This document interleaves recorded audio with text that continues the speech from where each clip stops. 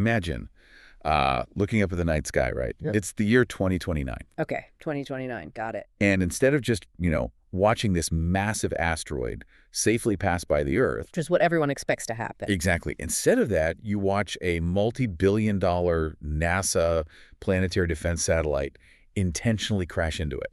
Oh, wow. So like a deliberate impact. Right. And you think, oh, this is a triumph of human engineering, a mission to redirect the space rock and save the day. Like a movie. Totally like a movie. But instead, that kinetic impact, it accidentally shatters the asteroid. Oh, no. Yeah, sending this shotgun blast of fire and rock directly into the northern hemisphere. That is terrifying. It is, and it effectively triggers the literal biblical apocalypse. Wow. And here's the crazy part. According to this staggering, deeply complex set of predictive blueprints we're looking at today. The ones we're doing the deep dive on? Right. According to these charts, that exact scenario isn't just, possible, it is mathematically scheduled.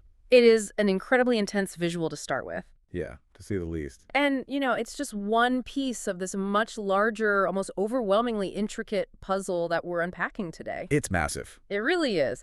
We are looking at two highly detailed infographics. They're collectively titled The Forensic Prophetic Model, Complete Chronological Record and Integration. And integration is definitely the operative word there. Truly.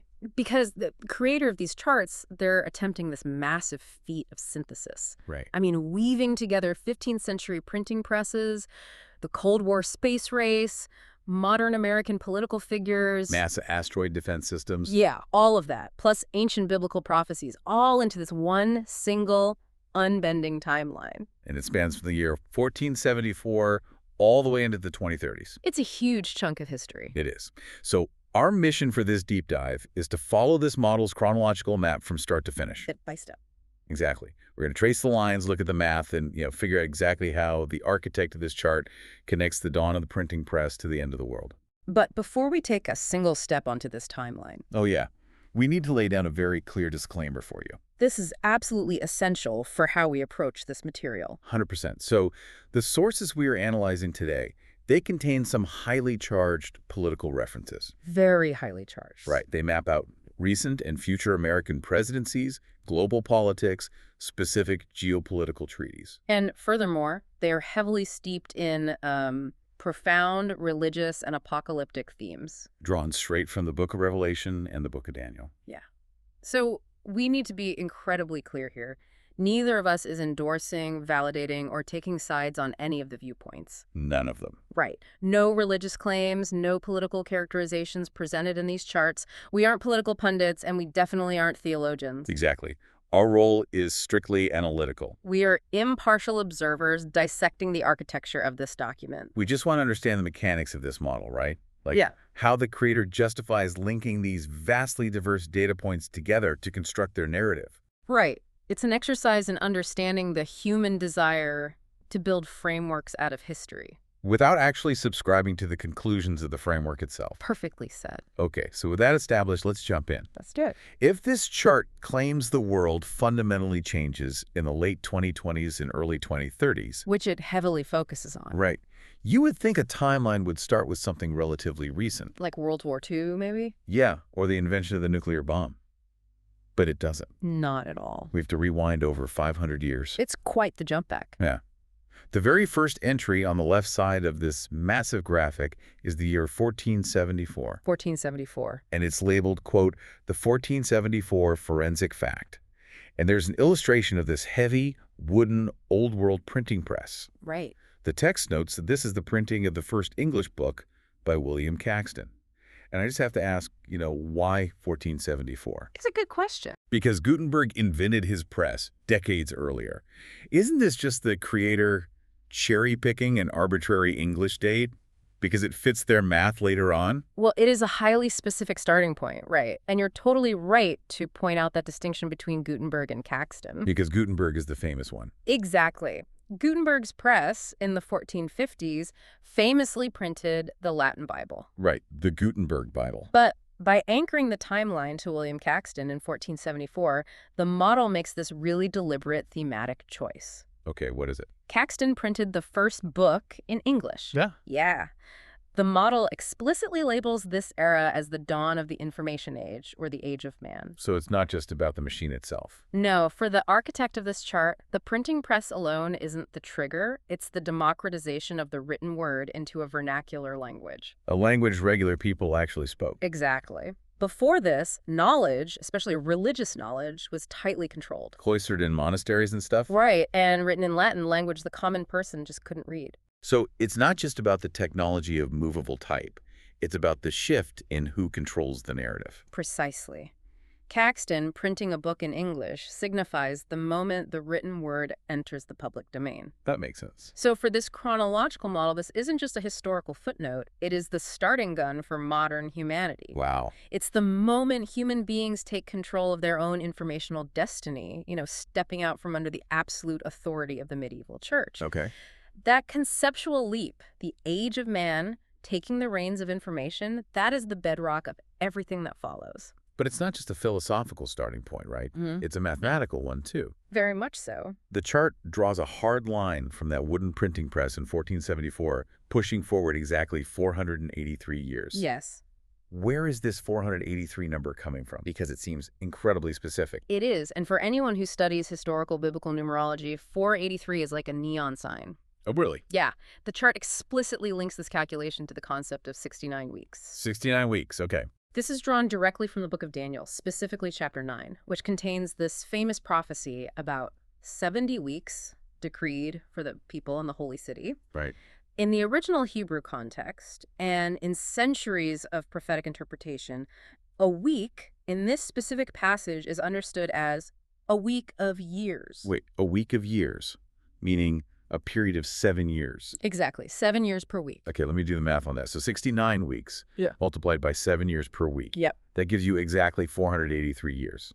Exactly. Historically, theologians have used that 483-year calculation to try and map the time between the rebuilding of Jerusalem in antiquity and the arrival of the Messiah. Oh, I see. But the creator of this model lifts that ancient mathematical formula and just drops it onto modern history. They completely decouple it from its traditional ancient starting point. Yeah, and anchor it instead to the 1474 printing press. Which feels like a massive hermeneutical leap, honestly. That's huge. You take a math equation designed for the ancient Middle East, and you just stick it onto the English Renaissance. It takes some audacity. Yeah.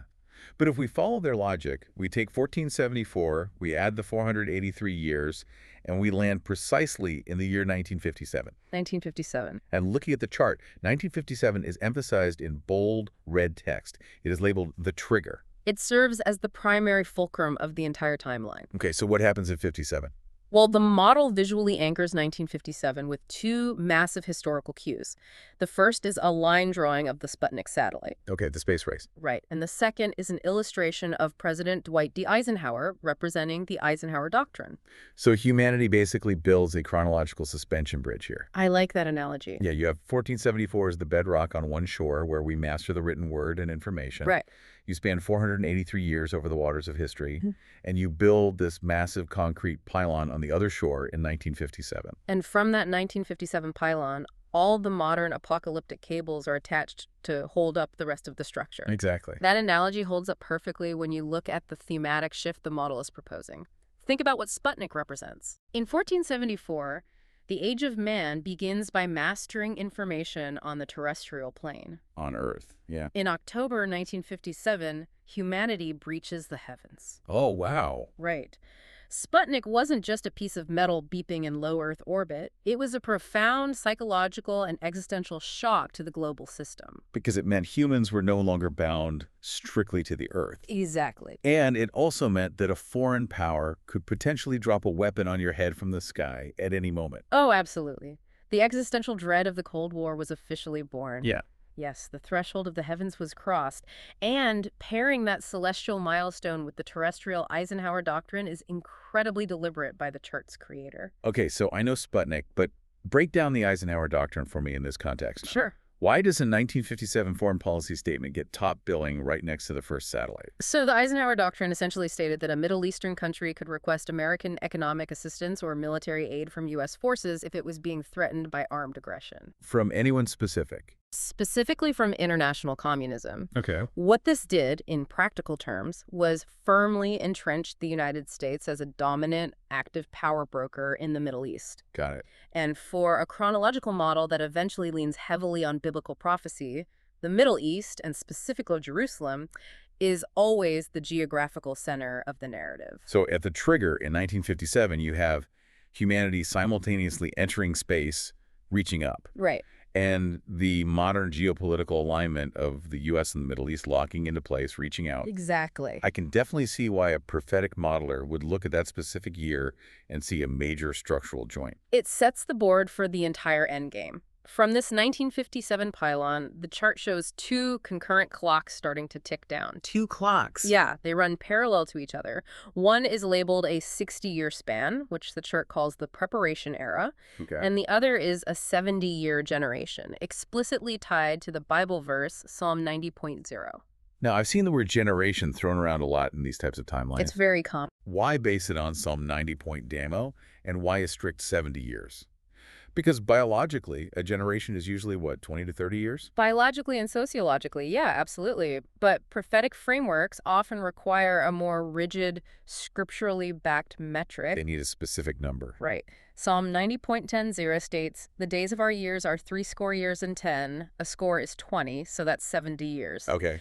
And if by reason of strength they be 80 years, yet is their strength labor and sorrow." So by anchoring the timeline to this specific verse, the model basically redefines what a generation means. Exactly. It's no longer just a cohort of people born around the same time. It becomes a strict 70-year countdown clock initiated by the Sputnik and Eisenhower events of 1957. But as those 60-year and 70-year clocks are ticking, the chart inserts this really curious, almost, intimate milestone. Yeah, it really jumps out at you. Just 12 years into this cycle, we hit the year 1969. 1969. The infographic features a vintage broadcasting microphone and a silhouette of a man in a suit. It's labeled the Generation X Bridge, and the text specifically notes host-born 12-year signature. That feels completely different from satellites and presidential doctrines. It is a fascinating psychological pivot in the chart. By noting host-born, the creator, or the guiding voice behind this model, is inserting their own literal birth directly into the macro-historical map. Oh, wow. Yeah, they are registering their own existence as a 12-year signature into the prophetic cycle that started in 57. It really grounds these massive, terrifying cosmic events into a single human lifespan. It personalizes it. It's almost like the creator is saying, this isn't an abstract history lesson about ancient Rome or far-off futures. The apocalypse is scheduled to happen during my lifetime, And that is the crucial mechanism of apocalyptic literature. making it relevant to now. Exactly. Yeah. It is only effective, historically speaking, if it feels imminent. If the end of the world is 500 years away, no one changes their behavior today. Right, you just ignore it. But by linking a 483-year biblical calculation to the launch of Sputnik, and then tying that directly to the birth of Gen X and the creator's own lifespan, the model successfully modernizes ancient math. It takes the abstract and makes it deeply personal. Precisely. So the historical runway is built, the creator has literally placed themselves on the tarmac, and the clocks are ticking. Ticking down. That pushes us out of the 20th century and into the new millennium, covering the years 2000 to 2027. This is where things get really dense. Yeah, looking at the chart, the density of the information just explodes as we cross into the year 2000. It really does. The turn of the millennium acts as a major inflection point. The chart lists the year 2000 under a heavy heading with 3 specific bullet points. Okay, what are they? Satan cast down, WTC towers fall, and the birth of Gen Z, which it labels the final gen. Wait, I have to stop you there because the history is just factually off. I know what you're going to say. The World Trade Center towers fell on September 11th, 2001, not in the year 2000. How does a model that is so obsessed with exact dates, like, a 483-year cycle down to the year, just group an event like 9/11 under the wrong year? It's a great observation, and it highlights a common structural technique in eschatological modeling. Oh, really? Yeah. When models approach massive round numbers like a millennium, they often shift from strict calendar days to thematic or era-based bracketing. Era-based bracketing. Right. The year 2000 isn't treated just as a 365-day block. It's treated as the threshold of a new spiritual era. Ah. The text, Satan cast down, suggests a spiritual breaking point in the heavenly realm happening at the turn of the millennium. Okay, so the spiritual event happens first. Yes. And the subsequent fall of the World Trade Center in 2001 is positioned not as an isolated political terror attack, but as the immediate physical earthly manifestation of that spiritual rupture. Oh, I see. So 2000 is the spiritual earthquake, and 2001 is the physical tsunami hitting the shore. Exactly. And framing the birth of Gen Z alongside this as the final gen creates a narrative of compounding pressure. Right, because it's the last generation. It dictates that the cohort born into this post-2000, post-9/11 world is the last generation. They will live to see the conclusion of the timeline. But the real structural pivot of this modern era happens in 2017. Right, we look back at the clocks. Yeah, if we go back to that 1957 trigger, we have that 60-year span ticking down. The preparation era. Right. 1957 plus 60 years lands us exactly on 2017. And right here in the chart, there's a massive vertical column. It's impossible to miss. It declares the end of the preparation era and the beginning of the final 10 years, running from 2017 to 2027. Yes. It also attaches a heavy biblical label to 2017, the 70th week start. Which loops us right back to the math from the beginning. Remember the 69 weeks of Daniel that gave us the 483 years leading to 1957? Yeah, the weeks of years. In biblical prophecy, there is famously a final delayed 70th week, a final 7-year period of history. Okay. What is unique here is how the model overlays this. It initiates this final sequence of events in 2017, but stretches the final 10 years out to 2027. Creating a highly compressed decade of escalating tension. Exactly. And the political markers attached to 2017 are massive. It labels this the start of the Tower King presidency and highlights the relocation of the U.S. Embassy in Jerusalem. Yes. Now, I know the embassy move actually happened in 2018, but again, we are looking at this 2017-2018 window as a major prophetic catalyst. The relocation of the U.S. Embassy to Jerusalem is a profoundly significant event for chronological prophetic models. Why is that? Well, for decades, Jerusalem's status has been the core of Middle Eastern geopolitical tension. By formally recognizing Jerusalem as the capital and moving the embassy there, the U.S. essentially touched the third rail of biblical prophecy. Wow. For the creator of this chart, this wasn't just foreign policy. It was a necessary prophetic milestone being achieved, paving the way for the final events centered around that city.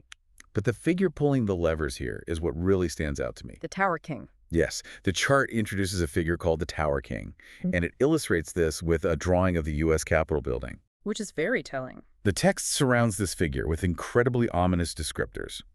A wounded head that is healed, an Abraham Accords covenant, and a very specific 6666 SSN fingerprint tied to Revelation 13.08. This is where the model's integration becomes intensely specific and aggressively localized. Localized to America. Right. The Tower King archetype is absorbing elements from the Book of Revelation, specifically the first beast from the sea in chapter 13. The one with the wounded head. Exactly, which is described as having a fatal wound that is miraculously healed. Right. But rather than mapping this onto a European dictator or a revived Roman Empire, as older models used to do, this chart maps it directly onto the American political apparatus, represented by the capital. Which brings up a huge question. Sure. We are talking about ancient cosmic texts, right? Daniel, Revelation, describing multi-headed beasts rising from the sea and global empires warring over the earth. Cosmic imagery. Right. How common is it for modern prophetic models to localize these vast cosmic prophecies directly into the bureaucratic mechanics of a single country like the United States? It's a great question. To use a U.S. political term or an American Social Security number as the literal direct fulfillment of ancient scripture. It has actually become increasingly common, particularly within American eschatological thought over the last 50 years. Really? Yeah, there is a deep psychological mechanism at play here. Human beings naturally center their own lived experience. That makes sense. If you are an American trying to decode the end of the world today, the geopolitical center of gravity in your daily life is Washington, D.C. So the apocalyptic narrative conforms to that reality. Oh, I see. The overarching global dictator of older prophecies is replaced by a power king occupying the U.S. presidency. Interesting. And the terrifying mark of the beast is decoded through the mundane reality of the American bureaucratic system, like the Social Security number system. Hold on, let's drill down into that. A 666 SSN fingerprint. I know what a Social Security number is, obviously. But how exactly does a model creator connect a 9-digit American tax identification number to the number 6666 from the Book of Revelation? Well, it usually relies on a mix of numerology, often called gematria. Gematria. Right, where letters and numbers are assigned values and added up to find hidden meanings, or through an analysis of the bureaucratic system itself. Okay, how does the bureaucratic part work? In many of these frameworks, the Social Security number is viewed as the prototype for the mark. Think about it. You cannot easily buy, sell, open a bank account, or hold a legal job in the U.S. without one. Which perfectly mirrors the economic restrictions of the mark described in Revelation 13. Exactly. The chart is suggesting that the bureaucratic infrastructure for the apocalypse is already built and operating. It's a way of looking at mundane government paperwork and seeing a spiritual trap. It literally turns a trip to the DMV into a theological crisis. It really does. And it gets even more intertwined with actual modern events, with the mention of the Abraham Accords covenant. Yes. The Abraham Accords were a series of joint normalization statements initially between Israel, the United Arab Emirates, and Bahrain, brokered by the U.S. in 2020. Okay, so why do prophecy models obsess over Middle Eastern peace treaties? It goes back to the Book of Daniel again. The 70th week. Yes. The prophecy of that final 70th week involves a central figure who will confirm a covenant with many for 1 week. For over a century, prophecy scholars have been scanning the news for any peace treaty involving Israel and multiple Arab nations, believing that such a treaty acts as the starting gun for the final 7 years of human history. So by labeling the Tower King with the Abraham Accords covenant, the model is definitively identifying that real-world diplomatic agreement as the prophetic catalyst. Exactly. And right in the wake of those accords, the chart carves out a highly specific window from 2021 to 2024. This part's fascinating. It features a silhouette of the Statue of Liberty, but the label is bizarre. It calls this period Lady Liberty, U.S. in the wilderness. And it frames it as a 42-month logic and a functional power cycle. The phrase, in the wilderness and the 42 months, are direct pulls from the Book of Revelation. Oh, really? Yeah, in chapter 12, a woman flees into the wilderness to be taken care of for 12,260 days. Let me guess, that's 42 months. Exactly 42 prophetic months of 30 days each. And in chapter 13, the beast is given authority to exercise power for 42 months. So the chart is taking the Statue of Liberty, the ultimate symbol of the American Republic, and casting her as the woman fleeing into the wilderness for 42 months, from 2021 to 2024. Exactly. By labeling this a functional power cycle, the model is describing a period of exile or a temporary disruption of the Tower King's power. Okay, wow. And notice how perfectly 42 months maps onto the operational reality of a U.S. presidential term when you account for transition periods and election cycles. That's kind of crazy. The model takes the messy, highly contested, chaotic reality of modern American democracy and sanitizes it through the lens of prophecy. It really removes the anxiety of political chaos. Like, if you believe this chart, the elections, the power shifts, the societal tension, none of it is random. Not at all. It is all a strictly adhered to functional power cycle mandated by a 42-month biblical script. It is a profound coping mechanism. It tells the reader that the geopolitical turbulence they are experiencing isn't evidence that the system is breaking down. Right. Rather, it is evidence that the divine plan is operating exactly on schedule. And this entire final 10 years block is pointing relentlessly toward an unyielding deadline, the year 2027. The 2027 threshold. Right. Yes. Remember that 70-year generation clock that started ticking back at the Sputnik trigger in 1927? Yeah, the Psalm 90.0 generation. 1957 plus a 70-year generation lands precisely on 2027. Oh, wow. The model brings both the 60-year preparation era and the 70-year generation clock to their absolute limits in this late 2020s window. The terrestrial board is fully set. And this is where the tone of the deep dive and the chart itself violently shifts. Completely. Because we've spent all this time watching the model build an intricate web of American political maneuvering, diplomatic treaties, and societal anxiety. Terrestrial politics. Exactly. But according to the chart, all of this terrestrial politics is merely the setup. Because as we cross that 2027 threshold, the model abandons geopolitics entirely. It's done with it. We are no longer talking about treaties or embassies or voting blocs. We are talking about absolute, physical, celestial destruction. The transition is remarkably stark. The model moves from the realm of political influence to the realm of planetary kinetic impact. The age of man is about to meet the universe. The chart moves us to November 5, 2028. Okay, November 5. The text states that, quote, power transfers to the Ohio prodigy.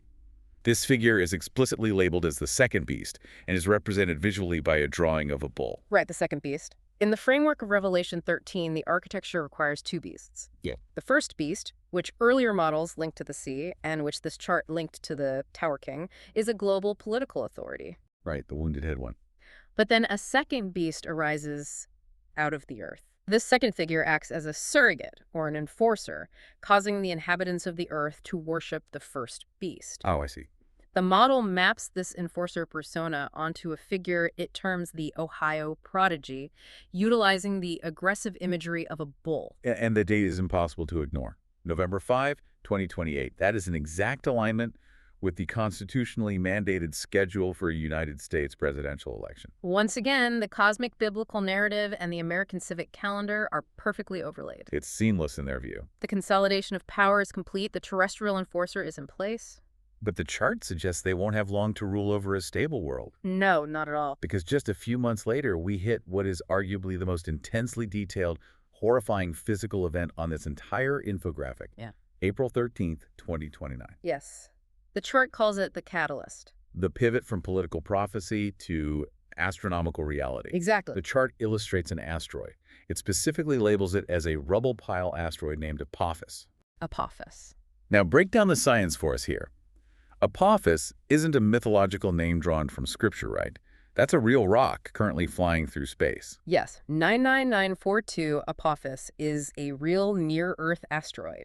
Okay. It was discovered in 2004, and it caused a genuine period of panic within the astronomical community. Oh, really? Yeah, initial observations indicated a small but very real probability that it could strike Earth on Friday, April 13th, 2029. Friday the 13th. You can't make that up. You really can't. It's a massive object, roughly 1,100 feet across. Wow. A kinetic impact from something that size would release energy equivalent to dozens of nuclear weapons. But the scientific community eventually ruled that out correct. They did. As we gathered more radar observations and refined our orbital mechanics, scientists completely ruled out an Earth impact for 2029. Oh, thank goodness. It is going to pass by harmlessly. It will be an incredibly close shave by astronomical standards. It will actually pass closer to Earth than some of our high-orbit communication satellites. That's uncomfortably close. Yeah. Very close.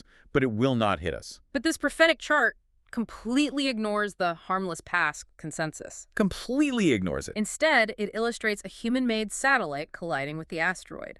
The label reads, NASA DART mission impact, and the text claims this collision creates a shotgun blast of fire and rock. This represents a fascinating adaptation in how modern prophetic models consume real-world scientific data. How so? NASA did, in fact, execute the DART mission, the Double Asteroid Redirection Test, in September 2022. Right. They intentionally crashed a spacecraft into a small asteroid moonlet named Dimorphos to see if kinetic impact could alter its trajectory. It was a wildly successful test of planetary defense. You proved we could move a rock in space. Yes. So humanity literally practiced punching an asteroid to save the Earth. We did.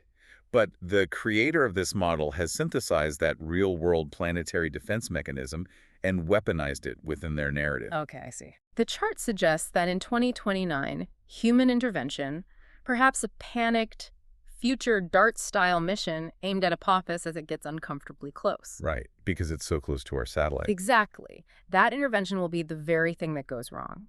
Instead of nudging the rubble pile asteroid away, the kinetic impact shatters it, causing the debris to rain down on Earth. So humanity basically lines up a shot on a cosmic billiards table. That's a great way to put it. Using a multi-billion-dollar NASA satellite as the cue ball, we think we are going to clear the table, deflect the rock, and save the day. Right.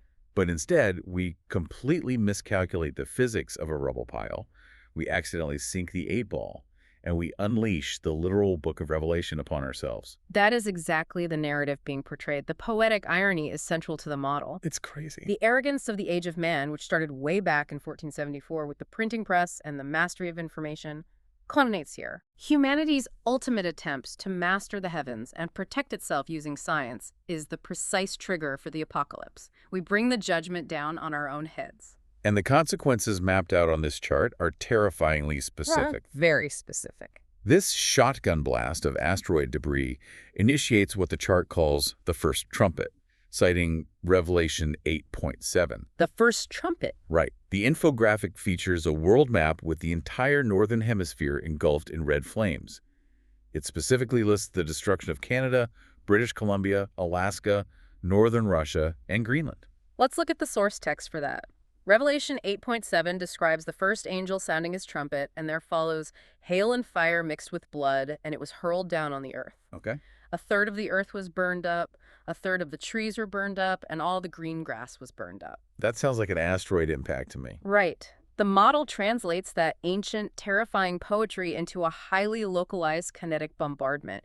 It envisions asteroid shrapnel entering the atmosphere over the northern latitudes. Superheating the air. Yes, and causing continental-scale firestorms. But the chart doesn't stop with the northern latitudes burning. No, it gets worse.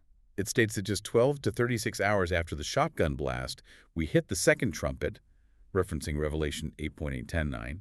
We see an illustration of a massive, towering tidal wave. A mega tsunami. The label clearly reads, Indian Ocean Impact. It claims this secondary strike will destroy 1/3 of global shipping and cause a red tide bloom. The biblical text for the second trumpet is equally visceral. Something like a huge mountain all ablaze was thrown into the sea, a third of the sea turned into blood, a third of the living creatures in the sea died, and a third of the ships were destroyed. So the model creator looks at a huge mountain all ablaze thrown into the sea and translates that literally to a massive secondary asteroid fragment impacting the Indian Ocean. Exactly. And the sea turning to blood. That becomes a red tide bloom. How does an asteroid impact cause a red tide? Well, a red tide is a harmful algal bloom that occurs naturally when colonies of algae grow out of control. Right, producing toxic effects. Producing toxic or harmful effects on people, fish, and birds. These blooms often turn the water a deep, rusty red color. Okay, so the water literally turns red. Yes. The model is extrapolating a scenario where the extreme ecological shock of an ocean impact the sudden superheating of the water, the massive churn of deep-sea nutrients to the surface. Oh, because it stirs up the whole ocean floor. Exactly. And the subsequent die-off of marine life triggers a hyper-accelerated, catastrophic red tide. Which creates a scientifically plausible mechanism for the ocean turning to blood. Right. It's not magic. It's biology triggered by astrophysics. What's truly fascinating here is the sheer effort the creator exerts to make the supernatural scientifically palatable. Yes. In older prophetic interpretations, God simply waved a hand and the sea turned to literal blood like the plagues of Egypt. But this modern model doesn't rely on invisible forces or magical thinking. No, it relies on orbital mechanics, kinetic impactors, oceanic displacement, and marine biology to fulfill the ancient prophecy. It presents a forensic, strictly mechanical view of the end of the world. Forensic is the perfect word. Let's just take a breath and look at the state of the world on this chart by the end of 2029. It's grim. The northern hemisphere is burning from atmospheric entry shrapnel. The Indian Ocean has been hit by a mega tsunami. A third of global shipping is sitting at the bottom of the sea, crippling supply chains worldwide. Total logistical collapse. And the ocean's ecological systems are collapsing under a toxic red tide. The physical devastation is absolute. And historically speaking, massive physical and economic chaos creates a power vacuum. Right. Populations terrified by natural disasters and starving from broken supply chains will accept extreme measures in exchange for order. They just want to survive. Yes. The physical chaos of the trumpets creates the environment necessary for absolute totalitarian control to be established. Which moves us into the final major phase of the chart. The 2030s. We move forward 4 years from the Apophis event to the year 2033. The chart labels this year in huge, bold letters, the midway point. The midway point. And just like 1957, there is a very specific historical and mathematical anchor attached to this date. It explicitly marks 2033 as being exactly 2,000 years since the crucifixion of Christ. This is a massive theological anchor. Okay. If the entire timeline began by calculating forward 483 years from the printing press in 1474, its ultimate destination hinges entirely on this 2-millennium anniversary. Wow, 2,000 years. In many theological frameworks, the year 33 AD is cited as the year of the crucifixion. So 2033 is exactly 2,000 years later. Therefore, 2033 serves as the dead center, the midway point of the final crisis. And in this 2033 midway point, the political figures we met earlier return with terrifying authority. They're back. The Tower King returns as a world leader, positioned at the U.S. Embassy, Jerusalem. The embassy from 2017. Right. But there's a new element introduced here that is incredibly jarring, considering we are dealing with ancient text. What's that? The chart points to the implementation of an AI blasphemous image. Ah, yes. This is perhaps the most striking example of how the vocabulary of apocalyptic literature updates in real time to absorb current events. AI is definitely current. Let's look at Revelation 13 again. It says the second beast orders the inhabitants of the earth to set up an image in honor of the first beast.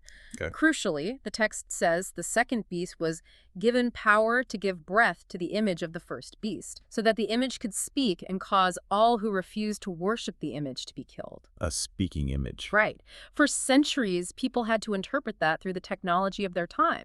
They thought it meant a literal marble statue that was possessed by a demon. Or in the 20th century, maybe a giant television broadcast or a hologram. Exactly, but this model explicitly names it artificial intelligence. It demonstrates perfectly how these frameworks feed on contemporary societal anxieties. Absolutely. Right now, in the 2020s, society is grappling with the rapid, almost incomprehensible advancement of AI. Deepfakes, language models. Right.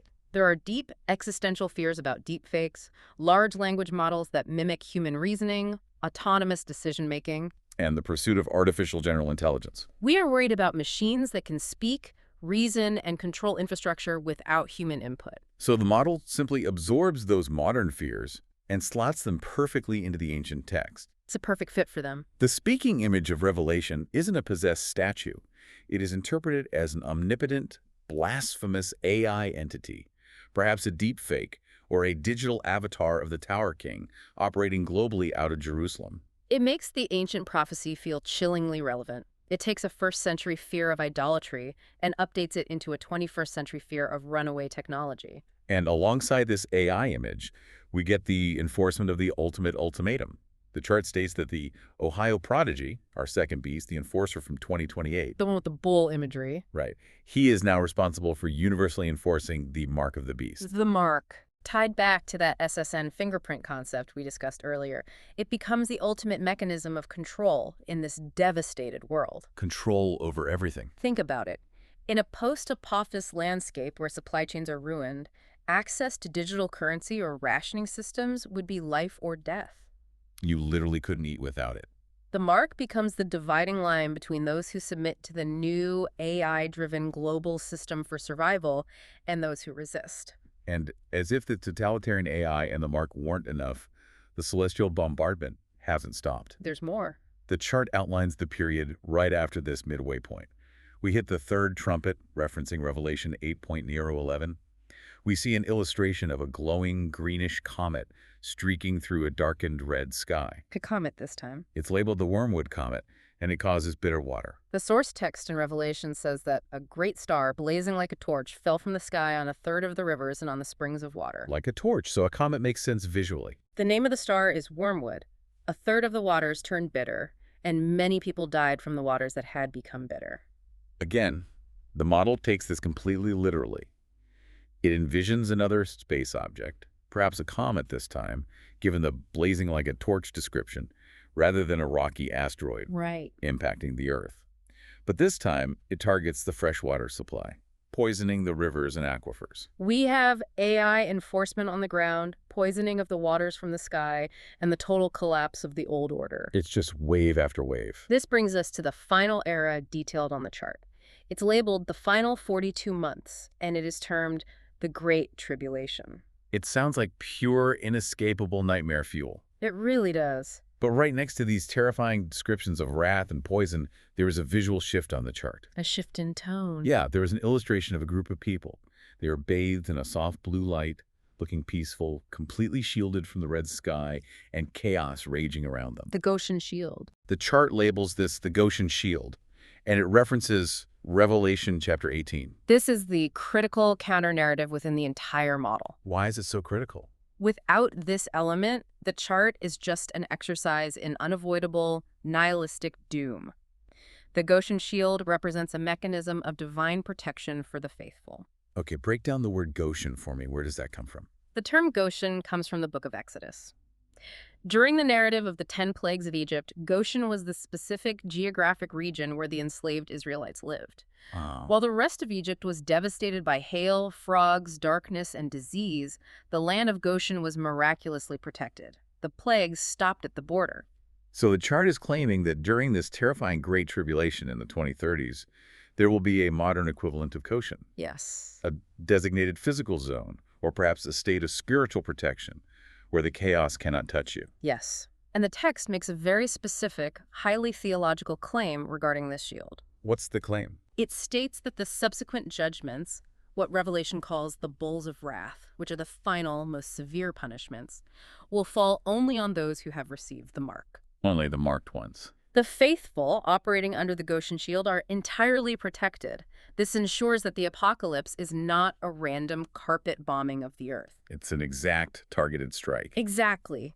There is no collateral damage among the faithful, and this protected state endures until the ultimate conclusion of the timeline, which the chart simply lists as the return of the true king. Looking back over this entire map, I have to point out the fascinating symmetry in the model's architecture. It is very symmetrical. We started this deep dive by looking at a rigid 483-year calculation spanning from a wooden printing press in 1474 to a metal satellite in 1957. Right. And now we end with a perfect 2,000-year countdown from the crucifixion in 33 AD, aligning flawlessly with a futuristic AI image and comet strikes in 2033. It represents such an intense, almost desperate human desire for perfect mathematical order amidst chaos. It's saying that human history isn't just a series of random things happening. Far from it. It's a massive, intricate clock that was wound up thousands of years ago, and it is striking midnight exactly on schedule. And that desire for order is incredibly powerful, psychologically speaking. It really is. We touched on apophenia earlier.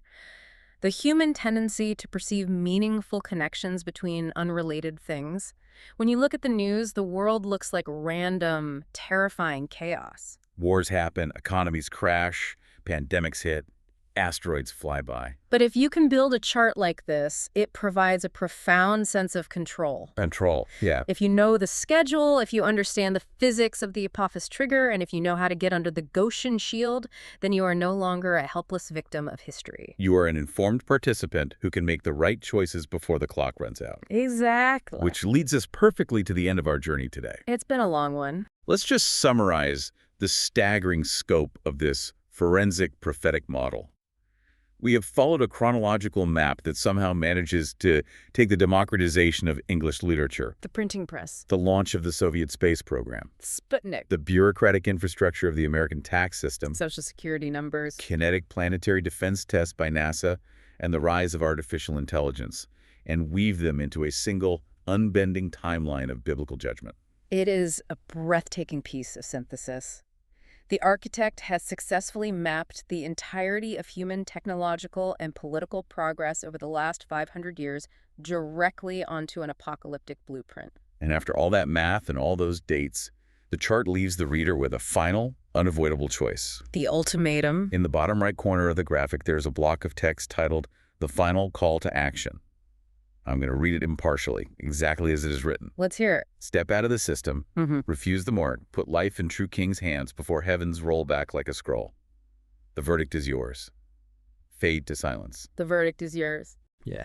After laying out centuries of supposedly predetermined history and inescapable celestial impacts, the model ultimately strips away the geopolitical complexity and places the final burden of action squarely on the individual reading the chart.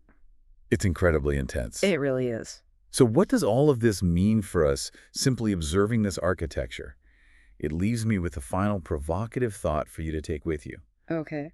Why are human beings so relentlessly compelled to map out the end of the world down to the exact hour, the exact latitude, the exact political office? It's a great question. Is it possible that for the creator of this model, and for anyone trying to decipher the terrifying blur of the future, an apocalyptic endgame with strict rules, rigid dates, and a clear Goshen shield of protection is somehow actually more comforting than the idea that human history is just random, messy, and entirely unpredictable? More comforting than chaos. Yeah.